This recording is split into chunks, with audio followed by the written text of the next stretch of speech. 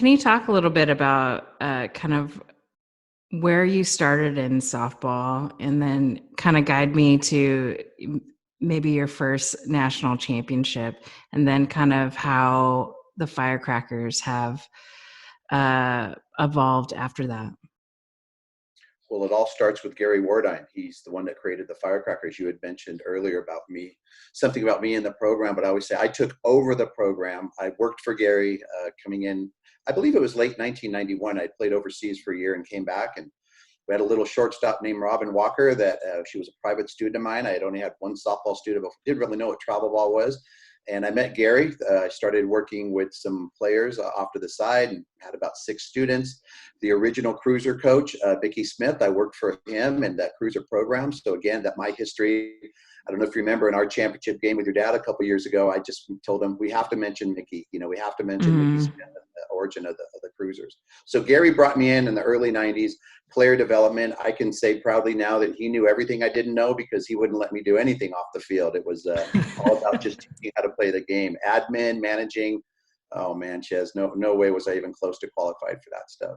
So we started working together there, player development, and then boom, first national championship in 1994. So we've been at it a couple of years. He recruited really good players. They came in. And so again, I think the deception there is you think you're better than you are. So you win and you think everything's going to fall in place, and you start hearing someone, right? We do well the next year at 16s. That's where JT picked off the 3 players. Mm-hmm. Things are rolling along. I had a whole 4 or 5 years under my belt. And then Gary called, and I think this is a relatable story to all coaches. Gary calls me in September. I'd just taken a break, went to go see one of my friends play. And he told us that 9 players went and tried out for the Gordon's Panthers, and they all made the team, and we had 4 players left on our team. So I Oh, like to wow. explain to coaches when they're talking about the injustice of, whatever they're not getting, whatever. So we went from the penthouse to like nothing. And the question actually in 1996, Gary asked me if do we fold the team? And so going through those, not hardships, but the tough times and having to start at the bottom, especially at 18 and under, because we came in that now it's our first year at 18 and under, right? And so we had to earn every bit of respect, every bit of political respect, whatever it was. It was all about building relationships. So early success in the 90s, started really low. Okay, great. We'll come in at 18s and do well. Oh, no. We didn't. I think my friend Mike Andrea had a good comment for me, and I think 99 Nationals asked me to come learn slapping from him. And I told him, if I've got to learn slapping, it's another thing I'm proud of. If I've got to learn slapping to be successful, Mike, I'm freaking going back to baseball.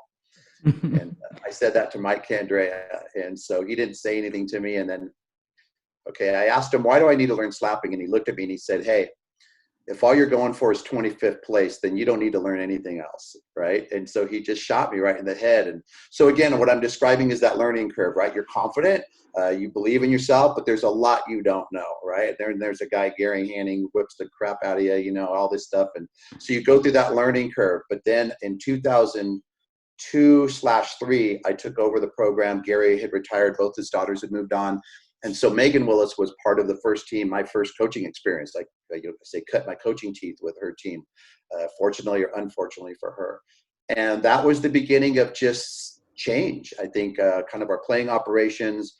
I think we started to kind of empower the brand a little bit more. And then I think the key word there, Chez, is culture. Started to realize that on a weekend-to-weekend basis, when you're doing this 40-something years or weekends a year, that it has to feel great to me. The stress that we deal with is part of what we do, but it can't own what we do. And so, just kind of take it through the 2000s, a lot of great teams, a lot of great experiences. We had a block of about 13 years where we had some pretty good success that created a standard. And to be honest with you, now I enjoy honestly trying to make the softball world better for others, as corny as that may sound, but breaking down some barriers, working with people that typically, because you compete against them on the field, you can't have a relationship with them off the field. So, I'm really proud of the collaboration I have with Mike Stith and the Batbuster organization. And no, we're not going to merge. It's nothing like that. It's just coexisting to make the sport better. So that's a quick kind of 25-year, I think, take you through. Mm-hmm. Yeah, a snapshot.